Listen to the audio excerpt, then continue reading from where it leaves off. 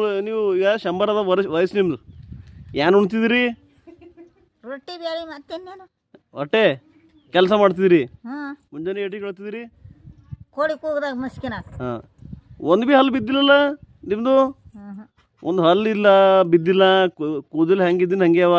3 ದಿನಕ್ಕೊಮ್ಮೆ ದವಾಖಾನಿಗೆ ಹೋಗ್ತಾರ, ದವಾಖಾನಿ ನಾ ಏನಾಗ ಹೋಗಲ್ಲ. ಆವಾಜ್ ಭೀ ಹಂಗೆ ಅದ, ಖಡಕ್ ಅದ ಆವಾಜ್. ಹಾಂ.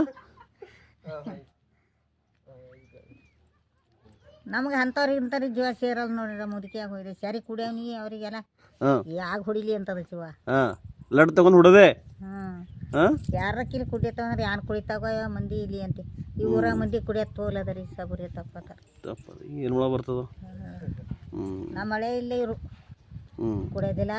ತಿಂದರೆ 2 ಸರಿ ಬಂದಿಸ. ಒಳ್ಳೆ ಮನುಷ್ಯನ. ಹಾಂ. ಇಲ್ಲೇ ಇರ್ತಾರ, ಇಲ್ಲೇ ಮಕ್ಳು ತಗೊಂಡು. ಈಗ ನಾವು ಭೀ ನಿಮ್ಮಪ್ಲೆ ಬದುಕಬೇಕಂದ್ರೆ ಏನು ಮಾಡ್ಬೇಕು ಹೇಳ್ರಿ? 100 ವಯಸ್ಸು ತಕ ಏನು ಮಾಡಬೇಕು? ಹೆಂಗಿರ್ಬೇಕು? ಹೆಂಗಿರ್ಬೇಕು? ಹಿಂಗೆ ಯಾನು ಕುಡಿಬಾರ್ದು, ತಿನ್ನಿಬಾರ್ದು, ತೋಲು ಚಂದ ಇರ್ಬೇಕು, ಸಾಕೈತಿ. ಈಗ ವಯಸ್ಸು 100 ದಾಟ್ತಿ ನಿಮ್ದು.